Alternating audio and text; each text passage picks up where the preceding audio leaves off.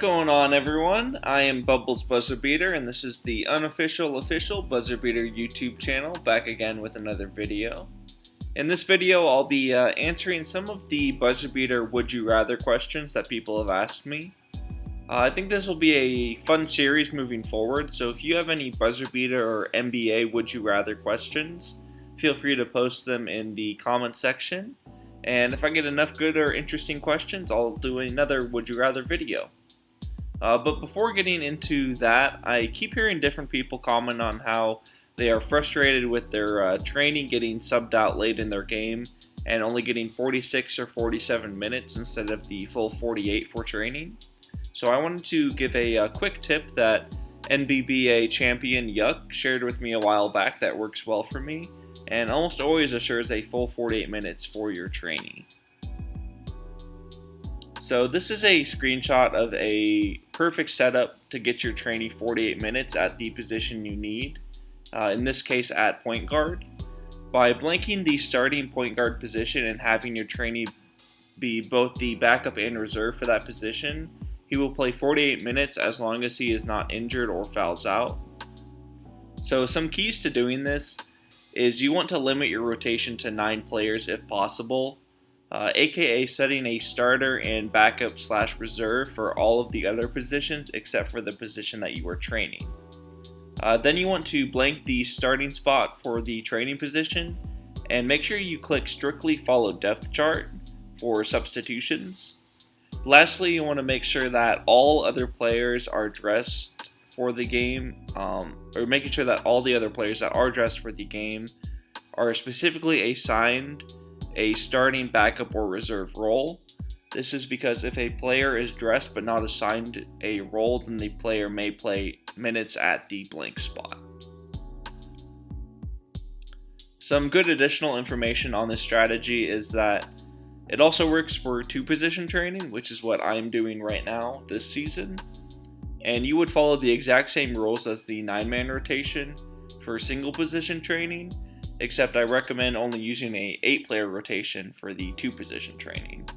And then just some other things to keep in mind is that if your opponent does forfeit the game, then you don't get the full 48 minutes if you did blank the starting spot, but this happens very, very rarely where you see people forfeit. And then the last tips that I have are to use slower offenses if possible to decrease possessions, shots, and foul opportunities.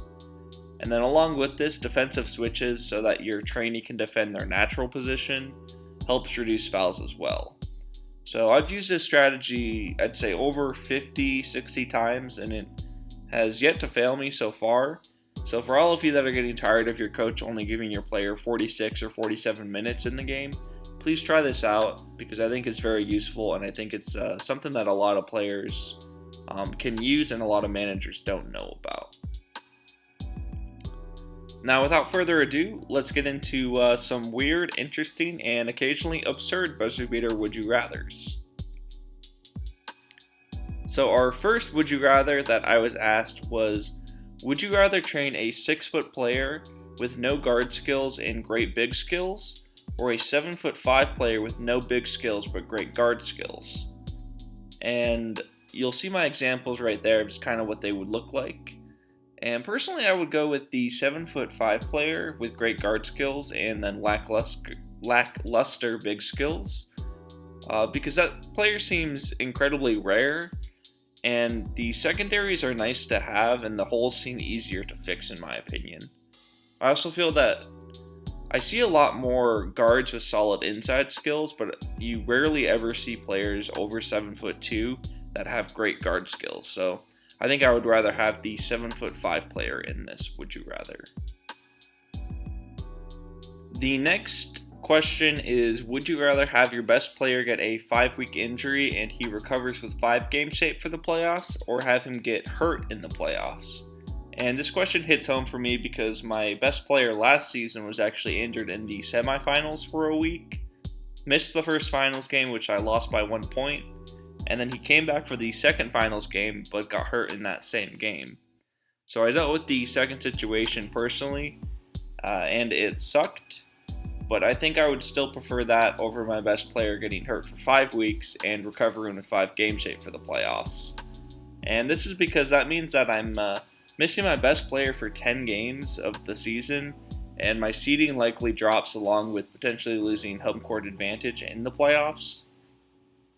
And then also, if he comes back in time for the playoffs but is at 5 game shape, his backup is likely still better than him, just because he'll be in 8 or 9 game shape, whereas he will only be in 5 game shape. And people may argue saying, well, you can train game shape for 2 weeks, and then he could be in 8 or 9 game shape for the last 2 finals games, but I just don't think that it is worth it personally. And I'd rather have a easier time getting home court advantage, and then losing my best player, rather than not having home court advantage and having my player in bad game shape. And then the next one is a very intriguing one. Would you rather have no idea what offensive tactic you are running until you open the viewer, or have no idea who on your team is running point guard until you open the viewer? And I went back and forth on this one, but I think ultimately I want to be able to set my lineup and know who is running point guard on my team. And I would rather have my offensive tactic be random and not know what I'm playing until I click to watch my game. Sure, sometimes I'll probably get unlucky and have to run Princeton or outside isolation or something that just doesn't fit my roster or my game shape update. But it does benefit me in the fact that teams won't be able to use game day prep on me ever, because even I won't know what I'm running on offense. So that would be a small little benefit, I guess. And then I also think that a point guard excels more in a bad offense for him than a center or power forward would excel at the point guard position. So yes, I would rather have no idea what offensive tactic I am running until I go to view my game. The next one is, would you rather have bigs with lower secondaries but high big skill points, or bigs with decent secondaries with slightly lower big skill points? And I think both options benefit you in different ways and help you in specific situations, but I lean towards the player with more secondaries. And this is because the salary is much cheaper, meaning that I can spend more cap space at other positions. And the secondaries give me more flexibility on offense.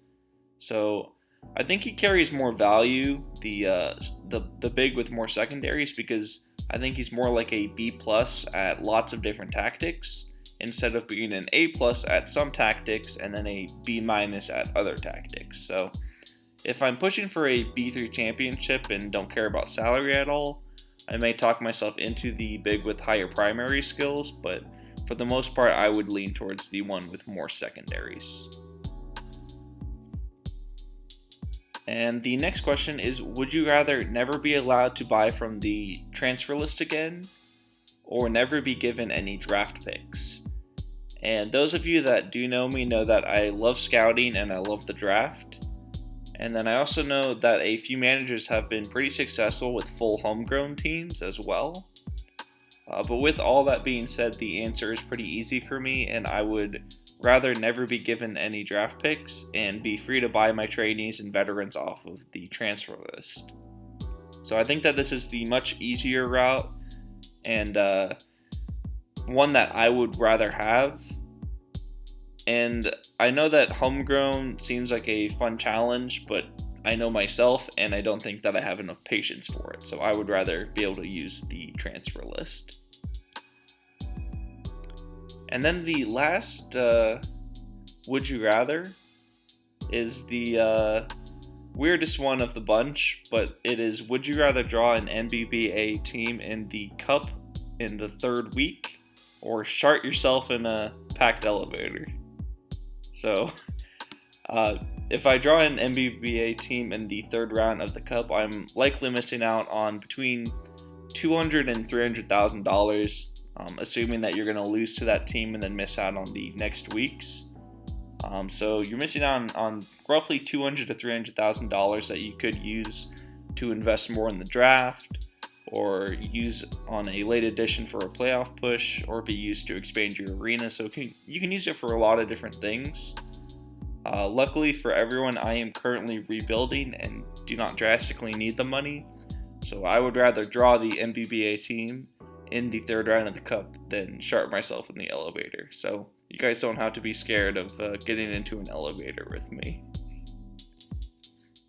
So that's going to do it for this video. As I said, please leave any would you rather questions down in the comments section, and I'll include the good and interesting ones that deal with BuzzerBeater and or the NBA in a future video. And then I also just wanted to fill you guys in on what I'm currently working on. So I'm currently putting together a video right now on how to train players using elastics, and also doing some research so I can create a video on the best national teams in BuzzerBeater history, similar to the video that I did on the BuzzerBeater dynasties. So those are the two bigger video ideas that I'm working on right now. And then I also wanted to do some more NBA to BuzzerBeater skill set comparisons, and some other smaller stuff while I grind on these videos that take a little bit longer to make. But anyways, that's going to do it for today. Please like and subscribe, and I will talk to you guys again very, very soon. Peace.